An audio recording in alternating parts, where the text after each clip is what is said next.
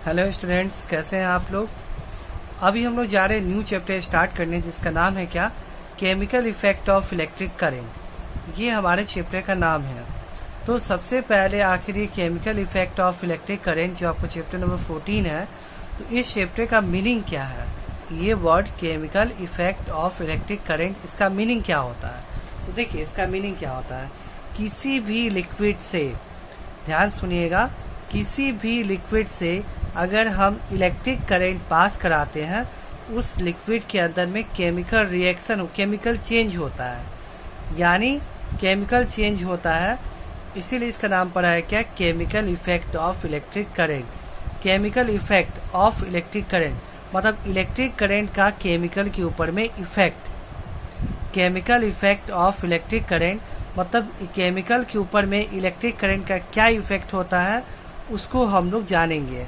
यानी ध्यान सुनिए, कोई भी केमिकल रखा हुआ है, ये केमिकल रखा हुआ है, इससे अगर हम इलेक्ट्रिक करंट पास करेंगे, ये दो आपका रॉड है, इलेक्ट्रोड्स हो गया, इसके थ्रू हम इसके अंदर में इलेक्ट्रिक करंट पास कर देंगे। ये साइन किसका होता है, सेल का साइन है, सेल। तो ये सेल है, सेल से होकर के इलेक्ट्रिक करंट यहाँ आएगा और इस लिक्विड से होकर इलेक्ट्रिक करंट यहाँ जाएगा और यहाँ से वो तो यहाँ तक पहुँच जाएगा, आपको है कि नहीं।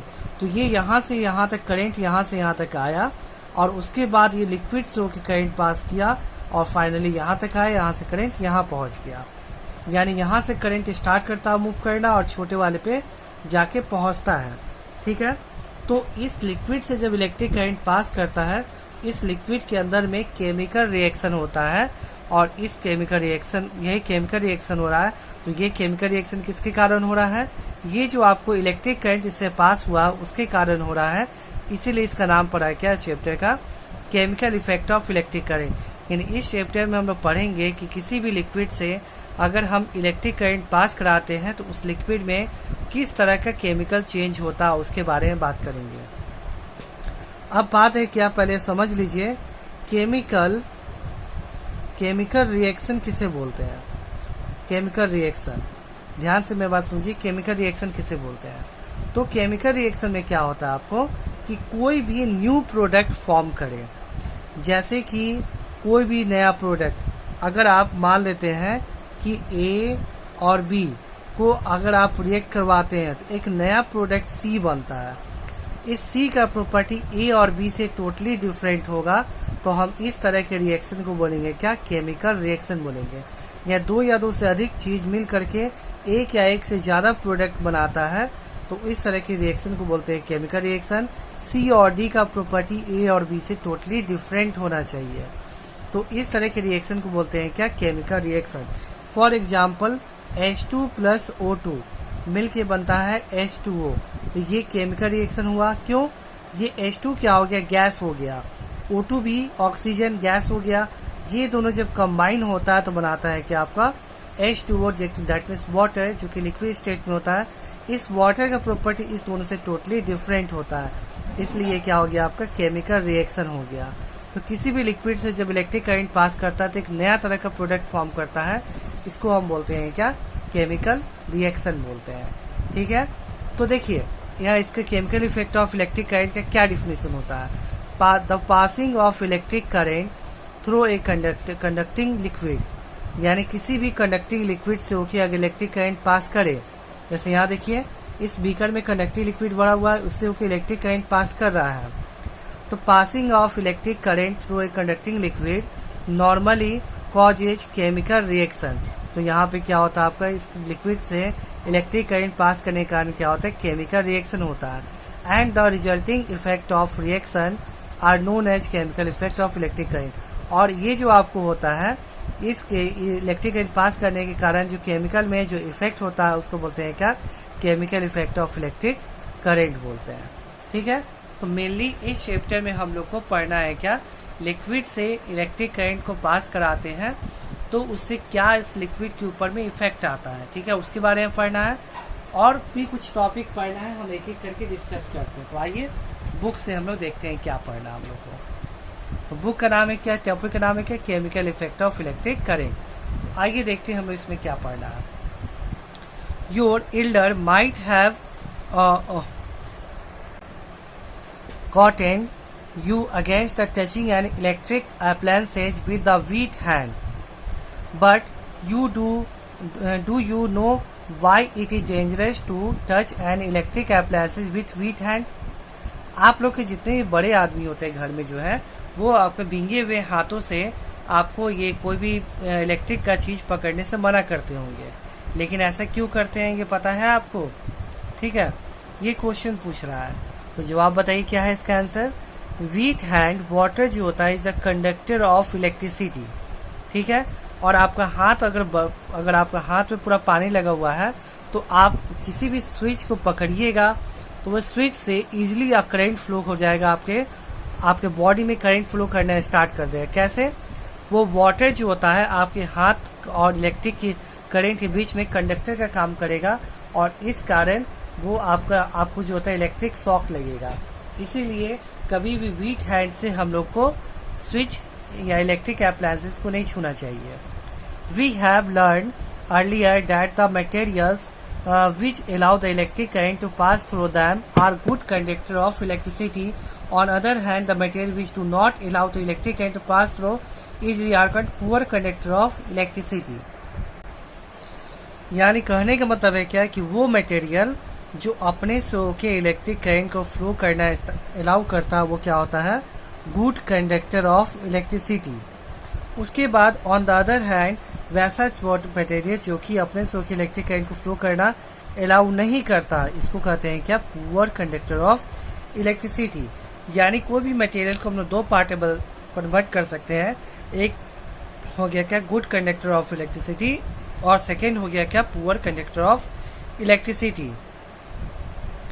In class 6 we made a tester to test whether the particles of material allow the electric current to pass through it or not. Do you recall how the tester helped us to deciding that? यानी आप class 6 में एक tester बनाए थे जो कि figure आपको 14.1 में दिया हुआ है। देखिए बुक में 14.1 ये फिगर आपको दिया हुआ है। ये क्या टेस्टर है? इसके हेल्प से लोग पता कर पाते हैं कि कोई भी जो मटेरियल है वो अपने से होके इलेक्ट्रिक करंट को पास करने अलाउ करेगा या नहीं करेगा। तो टेस्टर का काम क्या होता है? इलेक्ट्रिक टेस्टर का काम होता है कि वो वैसे मटेरियल को पहचान सकें कि वो इलेक्ट्रिक करंट का फ्लो करने अलाउ कर रहा है कि नहीं कर रहा है। तो क्लास 6 में आप इस तरह का टेस्टर आप बनाए थे, ठीक है ना? तो we found that materials such as copper, aluminium conductor of electricity, whereas materials such as rubber, plastic, wood do not conduct electricity.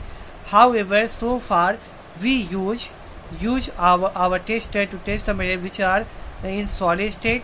But what about liquid state? Do the liquid conduct electricity? Let us find out. यानी देखिए क्या हो रहा है क्या?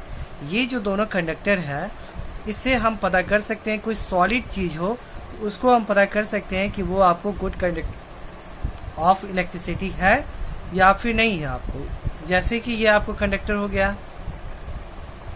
देखिए इसमें क्या हो गया कि एक जो एंड है बल्ब से कनेक्टेड है, ठीक है, बल्ब जब कनेक्टेड है, और एक एंड बैटरी से कनेक्टेड है, ठीक है। तो ये बैटरी से ये डायरेक्ट कनेक्टेड हो गया और उसके बाद एक देखिए ये आपका हो गया यहाँ पे और एक वायर यहाँ पे है। जब तक इस दोनों वायर के बीच में कनेक्शन नहीं होगा, यहाँ एक वायर टच कर रहा है, इसमें यहाँ एक वायर टच कर रहा है, दो वायर यहाँ पे टच कर रहा है।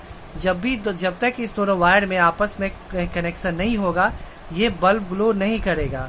तो अगर ये जो टेस्टर का ये जो पार्ट है आपका इससे होके इलेक्ट्रिक करंट पास करेगा, जैसे इलेक्ट्रिक करंट यहाँ से चला यहाँ आया, अगर ये मटेरियल है वो अलाउ करता है इलेक्ट्रिक करंट को तो यहाँ से फ्लो करके यहाँ आएगा और फाइनली यहाँ से बल्ब तक पहुंचेगा और बल्ब ग्लो करेगा। अगर ये मटेरियल आपको जो होता है इलेक्ट्रिक करंट को फ्लो करने अलाउ नहीं करता है तो यहाँ से करंट यहाँ नहीं पहुंचेगा और बल्ब ग्लो नहीं करेगा। तो इस दोनों वायर के बीच में हम डिफरेंट मटेरियल को रख करके हम पहचान सकते हैं कि इस दोनों वायर के बीच में कि वो इलेक्ट्रिसिटी को कंडक्ट करता है या फिर नहीं करता है। देखिए यहाँ पे पहले हम क्या किए थे, इसके मेटल वाले पार्ट को रखें तो बल्ब ग्लो किया। अब यहाँ देखिए यहाँ पे एक वायर को हम रख दिए, यहाँ पे एक वायर को यहाँ पे रख दिए। अब इस दोनों वायर इस वायर से इस वायर के बीच में ये जो मटेरियल है वो अपने शो के इलेक्ट्रिक करंट को पास करने अलाउ नहीं करता है, इसलिए बल्ब ग्लो आपको नहीं कर रहा है। तो ये क्या कहलाएगा आपका पुअर कंडक्टर ऑफ इलेक्ट्रिसिटी। यानी वैसा मटेरियल जिसमें आप ये दोनों लगाने पे बल्ब ग्लो कर जाए उसको कहेंगे गुड कंडक्टर ऑफ इलेक्ट्रिसिटी, और दोनों वायर को कनेक्ट करने पे बल्ब ग्लो नहीं करे उसको बोलेंगे क्या, पुअर कंडक्टर ऑफ इलेक्ट्रिसिटी। लेकिन ये क्या है आपका सेटअप, इस सेटअप को हम बोलते हैं, ये जो सेटअप है पूरा इसको हम बोलते हैं क्या, टेस्टर बोलते हैं। ये टेस्टर का काम क्या होता है कि कोई भी चीज़ आपका इलेक्ट्रिसिटी कनेक्ट कर रहा है या नहीं कर रहा है उसको ये पहचानता है। लेकिन किस स्टेट में, ये आपको सॉलिड स्टेट में काम करता है। लेकिन अगर आपको मान लेते हैं कि टेस्ट करना हो कुछ लिक्विड का हो, तो हम लोग कैसे टेस्ट करेंगे। तो लिक्विड को टेस्ट करने के लिए अलग टेस्टर बनता है, आइए उसके बारे में हम जानते हैं। तो देखिए, डू लिक्विड कंडक्ट इलेक्ट्रिसिटी, बोल रहा है क्या लिक्विड इलेक्ट्रिसिटी कंडक्ट करता है, बिल्कुल करता है इलेक्ट्रिसिटी कंडक्ट। ठीक है, तो देखिए, the test whether the liquid allow electric current to pass through it और not, we use the same tester which we made in class 6. However, replace the cell by a battery. Also, before using the tester, we should check whether it is working or not. तो देखिए, अब हम लोग को क्या करना है, liquid को टेस्ट करना है। लिक्विड को टेस्ट करने के लिए एक अलग टेस्टर बनाया गया है, जिसके हेल्प से हम लोग लिक्विड जो होता है इलेक्ट्रिसिटी कंडक्ट करता है या नहीं करता उसको हम लोग पहचानते हैं। तो आइए एक्टिविटी 14.1 में क्या कर रहा है उसको हम लोग देखते हैं। Join the free end of the tester together for the moment, this complete the circuit of the tester and bulb should be glow. However, if the bulb does not glow, it means that tester is not working. Can you think the possible reason? It is possible that the connections are loosened, or bulb is fused, or your cell is be used up. Check that all the connections are tight. If they are, then replace the bulb with another bulb. Now test the tester, it working or not. If it is still not working, then replace the cell with the fresh cell. ठीक है, अब देखिए इसके बाद क्या कह रहा है।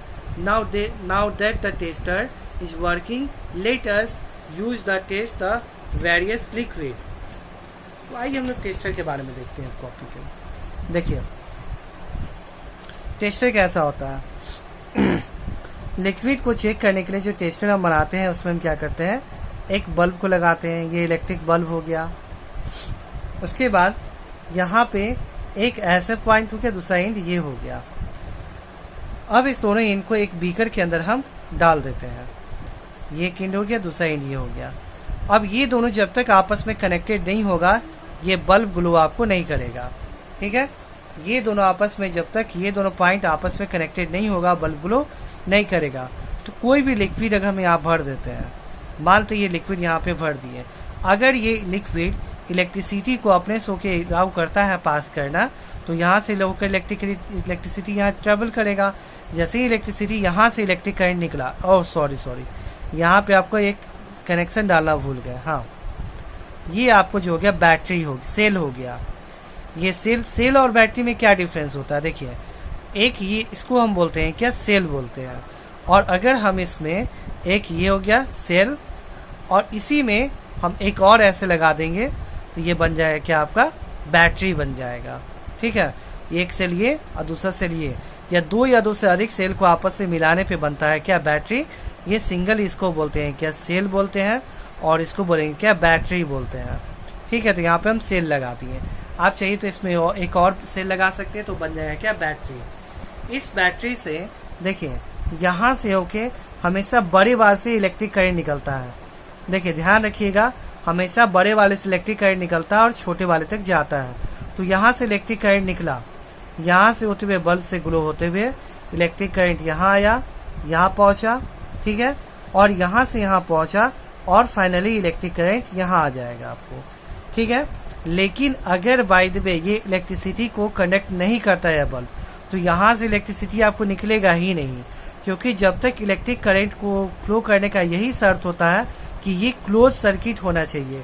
क्लोज सर्किट मतलब क्या, यहाँ से पूरा आपस में कनेक्टेड होना चाहिए, तभी जाके इलेक्ट्रिक करंट आपको पास करता है। तो यहाँ से जब इलेक्ट्रिक करंट निकलेगा यहाँ से तो यहाँ आएगा।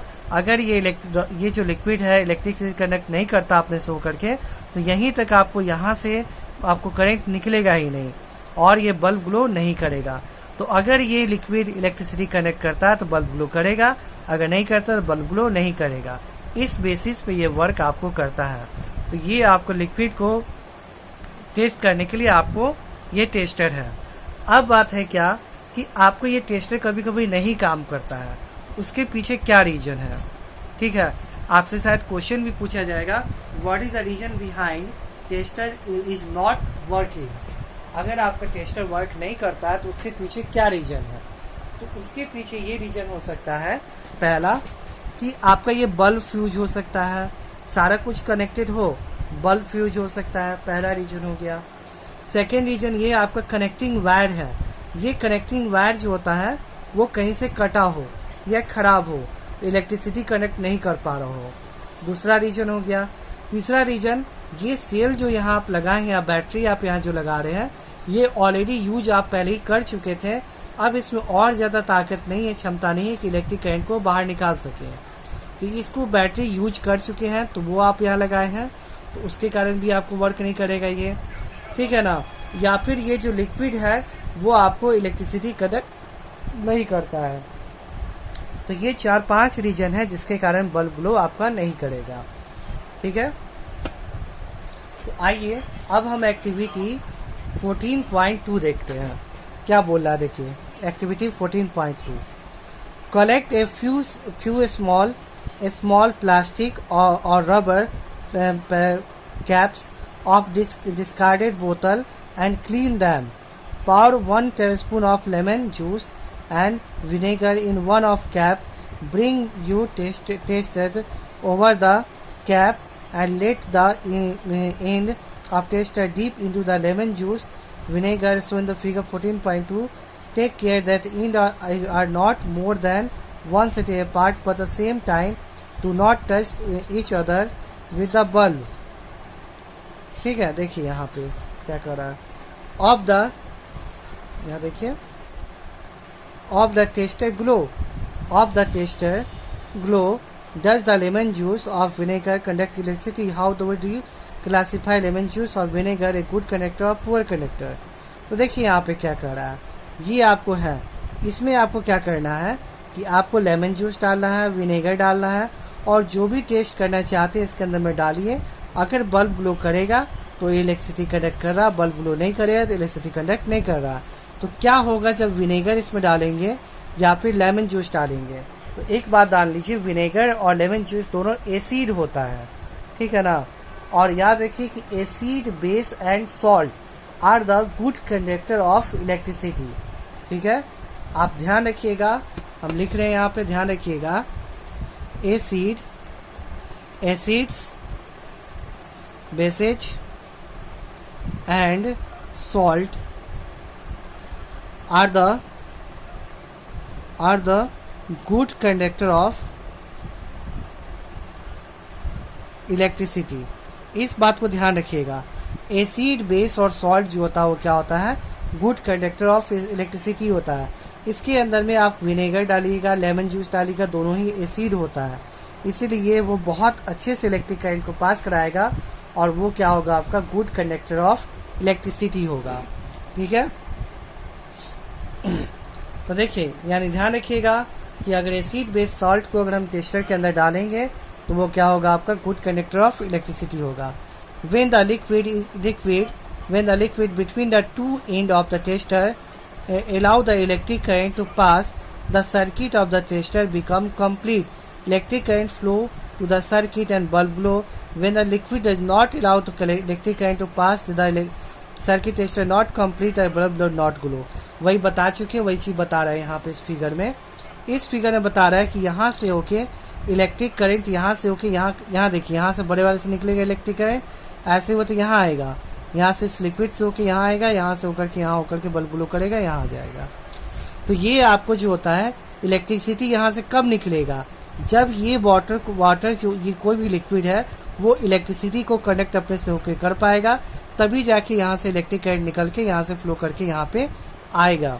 ठीक है, अगर ये इलेक्ट्रिसिटी कंडक्ट नहीं करता होगा लिक्विड, तब यहाँ से आपको करंट फ्लो नहीं करेगा। यानी आपको ये जो लिक्विड है ये मस्ट है कि अगर आपको करंट फ्लो करेगा तभी जाके आपको बल्ब ग्लो करेगा, करंट फ्लो नहीं करेगा तो बल्ब ग्लो नहीं करेगा। और करंट फ्लो करेगा तो हम कहेंगे ये सर्किट कंप्लीट हो गया। कंप्लीट सर्किट करने का मतलब है कि यहाँ से करंट निकल के यहाँ से होकर यहाँ से पास कर रहा है। यानी कंप्लीट सर्किट का मतलब है कि यहाँ से करंट निकले और पूरे घूम करके वापस इस एंड पे पहुंच जाएगा, तो हम समझेंगे कि सर्किट कंप्लीट है। और यहाँ से करंट निकल के यहाँ तक नहीं पहुंच पाएगा, मतलब यहाँ से करंट निकलेगा ही नहीं आपको, तो हम समझ जाएंगे कि आपको कि ये सर्किट कंप्लीट नहीं है, इसलिए करंट यहाँ पे फ्लो नहीं कर रहा। सर्किट कब कंप्लीट होगा? जब यहाँ पे कोई भी कंडक्टिंग लिक्विड यहाँ डालिएगा तो सर्किट कंप्लीट हो जाएगा, बल्ब ग्लो करेगा। जब यहाँ पे आपको कंडक्टिंग लिक्विड नहीं डालिएगा तो यहाँ पे बल्ब ग्लो नहीं करेगा और सर्किट कंप्लीट नहीं हो पाएगा। अब देखिए आगे क्या बोल रहा है। In some situation even though the liquid is conducting the bulb may not glow, it is may be happen to activities can be what can be the reason? Do you remember why the bulb glow when the electric current passed through it? Due to the heating effect of current, the filament of the bulb get heat, the high temperature it start glowing. However, the current to the circuit too small, too weak, the filament did not get heated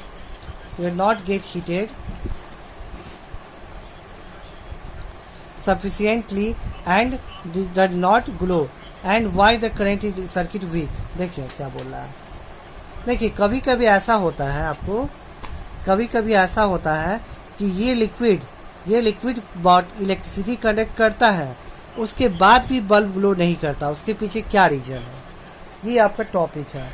कह रहा है क्या कि ये आपका liquid जो होता है इलेक्ट्रिसिटी कंडक्ट करता है लेकिन बल्ब ग्लो नहीं करता है। क्यों नहीं करता है? देखिए अगर ये लिक्विड बहुत अच्छा लिक्विड कंडक्टर नहीं होगा, ये बहुत अच्छा इलेक्ट्रिसिटी कंडक्टर नहीं होगा, इससे कि बहुत कम मात्रा में इलेक्ट्रिक करंट पास करेगा। ध्यान से मेरी बात को सुनिएगा। अगर ये आपका लिक्विड बहुत अच्छा कंडक्टर नहीं होगा तो बहुत कम अमाउंट पे यहाँ से यहाँ इलेक्ट्रिक करंट पास करेगा, बहुत कम अमाउंट पे इलेक्ट्रिक करंट पास करेगा।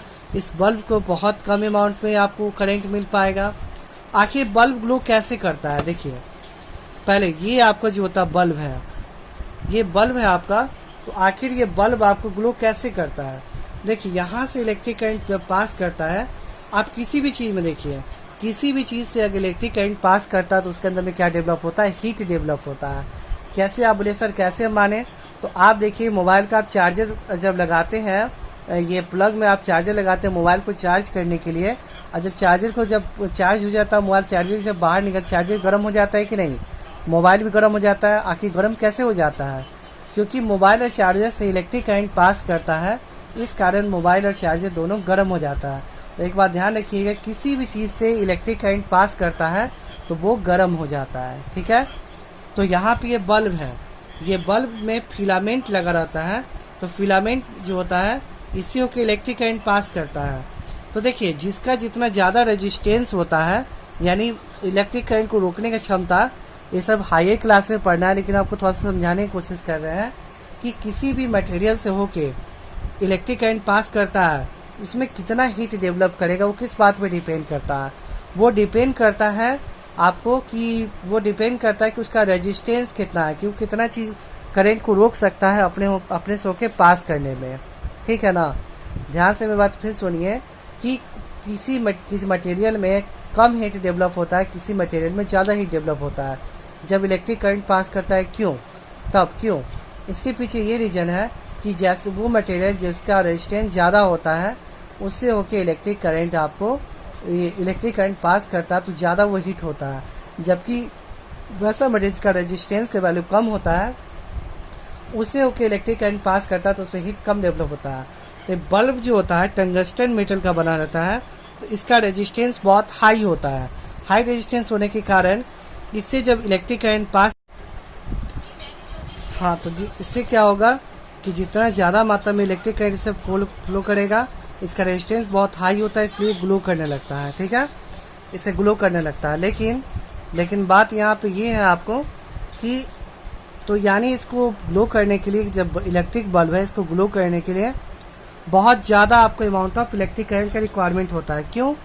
क्योंकि देखिए यहाँ पे इसी को इलेक्ट्रिक करंट पास करेगा तो इसमें हीट डेवलप होगा, हीट डेवलप होकर होने के कारण ये ग्लो करने लगता है। तो अगर मानते कम अमाउंट पे इलेक्ट्रिक करंट इससे पास करेगा तो ये आपको sufficient amount of electric current नहीं मिलने के कारण ये पूरा तरह से आपको जो होता है हीट नहीं हो पाएगा। अब पूरा तरह से हीट नहीं होने के कारण ये पूरी तरह से ग्लो आपको नहीं कर पाएगा। ये रीजन है कि इलेक्ट्रिक बल्ब को अगर कम अमाउंट पे इलेक्ट्रिक करंट मिलेगा तो वो आपको जलना मतलब ग्लो नहीं कर पाता है। तो अगर बाय द वे ये लिक्विड, मानते इसके अंदर जो लिक्विड है वो बहुत अच्छा कंडक्टर नहीं है तो बहुत कम अमाउंट पे इलेक्ट्रिक करंट पास करेगा, तो बहुत कम अमाउंट पे इलेक्ट्रिक करंट पास करेगा तो ये बल्ब आपको ग्लो नहीं करेगा, क्योंकि इस बल्ब को बहुत कम अमाउंट में इलेक्ट्रिक करंट मिल पा रहा है, इसलिए ये सफिशिएंटली हीट नहीं हो पाएगा, और सफिशिएंटली हीट नहीं होगा तो सफिशिएंटली ग्लो नहीं कर पाएगा। ठीक है, इसीलिए आपको बल्ब, इसीलिए जो पुअर कंडक्टर ऑफ लिक्विड होता है उसमें उस टेस्टर की हेल्प से हम उसको नहीं पता कर पाएंगे कि वो आपको पुअर कंडक्टर ऑफ, अगर आपको लिक्विड होगा तो उससे इलेक्ट्रिक करंट पास कर रहा है या नहीं कर रहा है वो हम पता नहीं कर पाएंगे, कि उस पुअर कंडक्टर ऑफ लिक्विड होगा तो ये बल्ब ग्लो उस समय नहीं कर पाएगा। ठीक है, उसके लिए यानी ऐसा कुछ उपाय हमको करना पड़ेगा कि कम ही जो होता है, ऐसा कुछ उपाय करें कि हम इसके जगह पे इसको रिप्लेस करके एक ऐसा चीज़ लगा दे जो कि आपको कम अमाउंट का इलेक्ट्रिक करंट पे ही ग्लो करना स्टार्ट कर दे, है कि नहीं? कब स्टार्ट कर दे और तभी हम पता कर पाएंगे कि वो लिक्विड जो होता है वो इलेक्ट्रिसिटी कंडक्ट कर रहा है या नहीं कर रहा है। ठीक है, उसके लिए हम लोग यूज करते हैं एक डिवाइस जिसका नाम है क्या, एलईडी। एलईडी को बोलते हैं क्या, लाइट इमर्जिंग डायोड। ठीक है ना, एलईडी जो होता है लाइट इमर्जिंग डायोड हो गया। You make the LED bulb to electric fuse to test the glow. देखिए यहाँ पे एलईडी जो होता है हम लोग यूज करते हैं। ठीक है, एलईडी यूज करते हैं, इसके जगह पे इसको रिप्लेस करके इसके जगह पे हम एलईडी लगा देंगे। इसके जगह पे एलईडी को इसके जगह पे हम एलईडी लगा देंगे यहाँ पे, इसको हटा के। तो एलईडी को बहुत कम अमाउंट ऑफ इलेक्ट्रिक करंट का रिक्वायरमेंट होता है, तो अगर वैसा लिक्विड जो बहुत कम अमाउंट पे इलेक्ट्रिक करंट फ्लो करा रहा है तो उसके कारण भी यहाँ पे बल्ब ग्लो आपको हो जाएगा। तो आप चलिए आज भर इतना ही, अब अगले क्लास में यहीं से इस टॉपिक को स्टार्ट करेंगे। Okay, thank you.